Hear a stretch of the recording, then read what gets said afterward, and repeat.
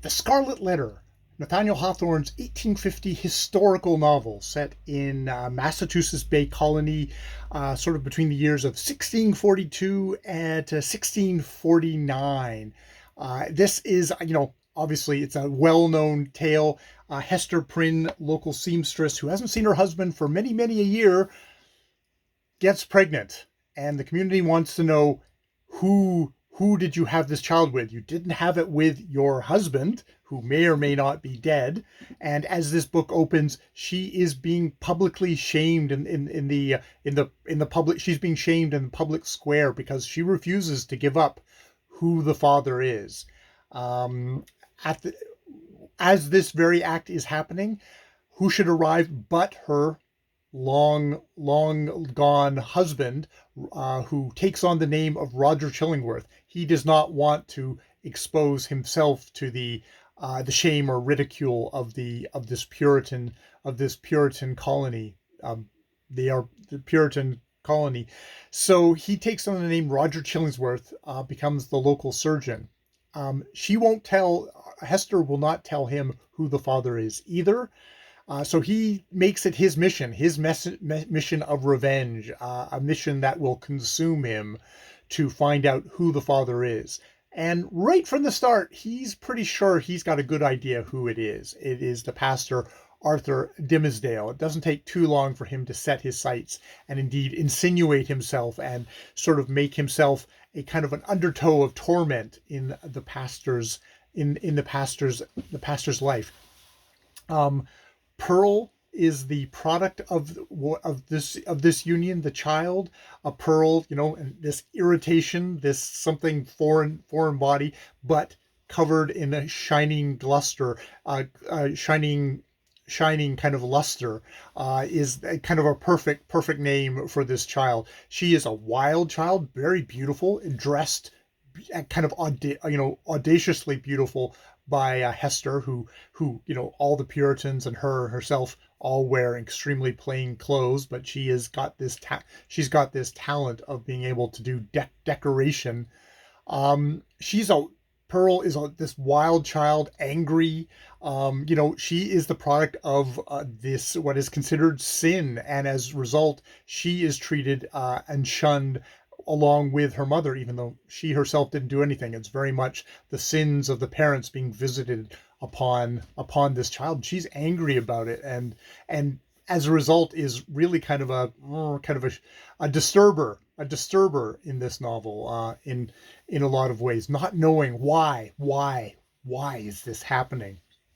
Now, so that's that's sort of the setup, and the rest of the novel, which seems quite short, kind of falls out from there.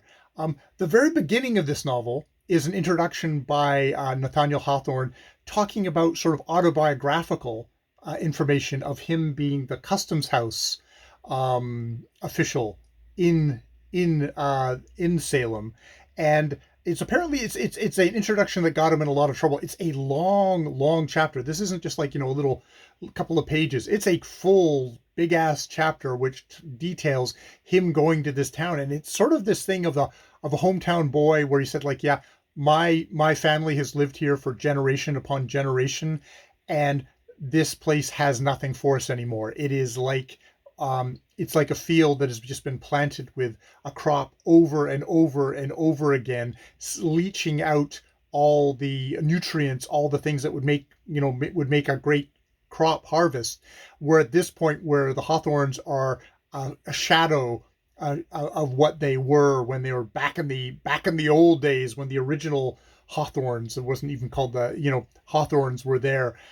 It's sort of, in a way, you can tell it's kind of like, it's the home, as a hometown boy myself, who got out of home, shunned it. Not that my family was there for any amount of time. It's got that kind of like, yep, I'm sure that's fine for somebody else, but I'm getting out of here. But it's also, he also makes a point that this is historical tale, as he puts it. Whether it is or not, I don't know. But it says, like, the germ of this story comes from the tale that he discovered from one of his predecessors as a customs official who had been documenting this. And this is him telling again. And that does have effect on that bracket of saying this is something that actually happened that I'm seeing from the outside does have an effect on the story going going forward, especially by the end, and about how we're supposed to say that we're not seeing this from a narrator who is got actual inner access to the people who are talking here.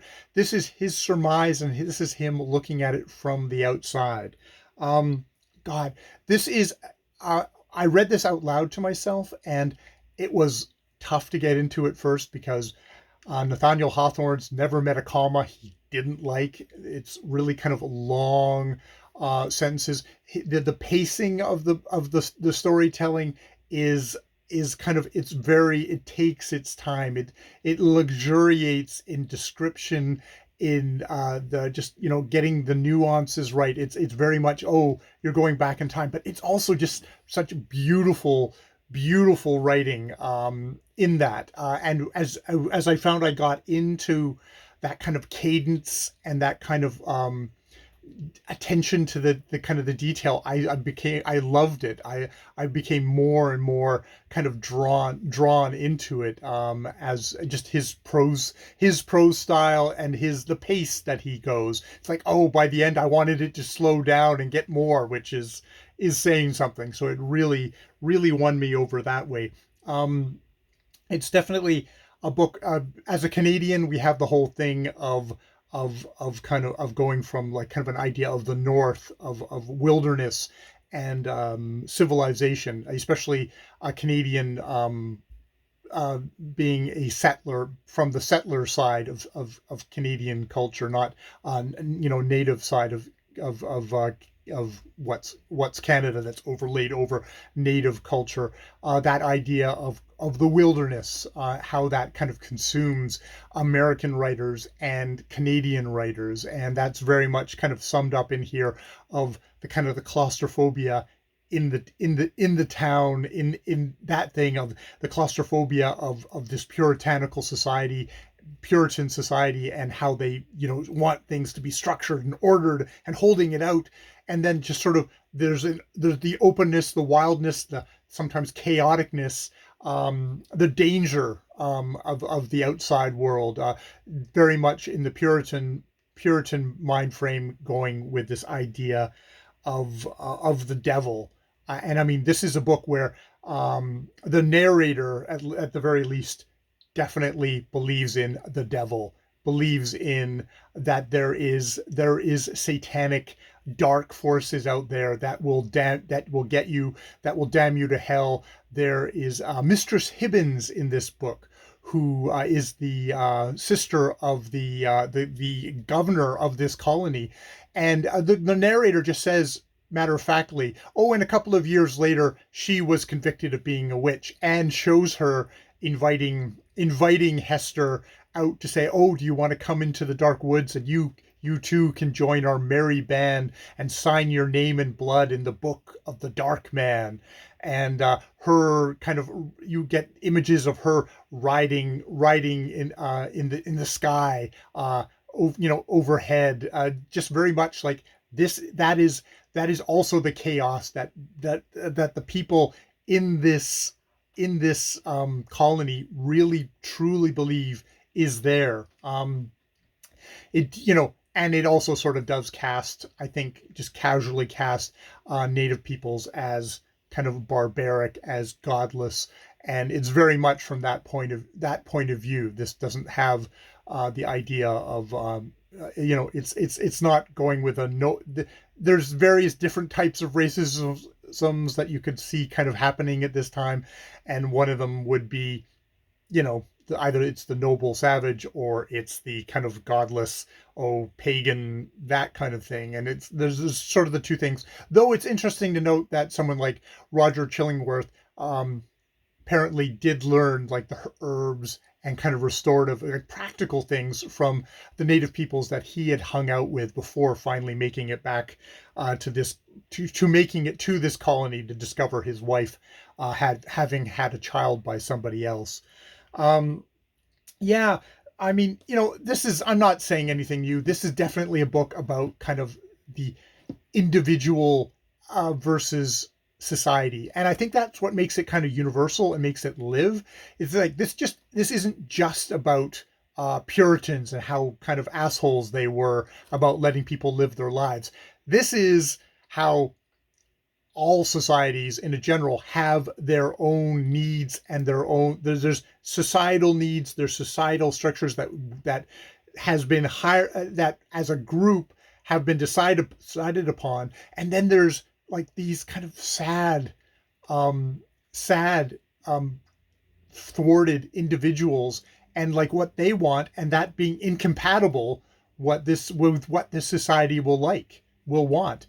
And I mean, it's one of these things of, will they be able to escape it is the question. And Hawthorne is a dark, pessimistic romantic with, it's written beautifully, but this is definitely kind of the tragedy of this Scarlet Letter. The Scarlet Letter, I mean, I know it's symbolism 101. This is probably why they torment this with teaching this to kids. I don't know why I always wonder with some books, like, this is a good book, why would you teach this to children? But I guess, that's a good reason. But it's symbolism 101, this Scarlet Letter, this embroidered red letter upon, it's a branding thing. She feels it burns. Hester feels like it burns. Pearl is very much in her gaudy dressing, it's this living embodiment of the Scarlet Letter. Arthur Dimmesdale has developed this habit of clutching his chest. He too seems to have the Scarlet Letter branded upon him, if indeed. I mean, and Hawthorne does a really good job of that. That I like how the narrative refuses to name what's going on, even though it's obvious what's going on.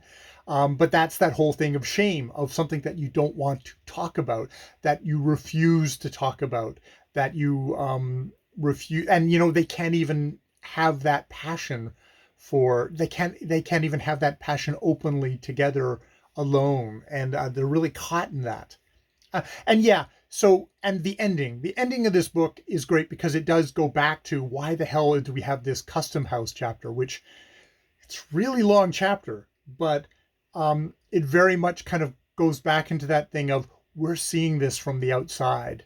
We don't know the ending. We can only have surmised endings, but we're the society looking in at these individuals, and we're not allowed it. We can't be allowed in because that's just that's how we are as a group. And these two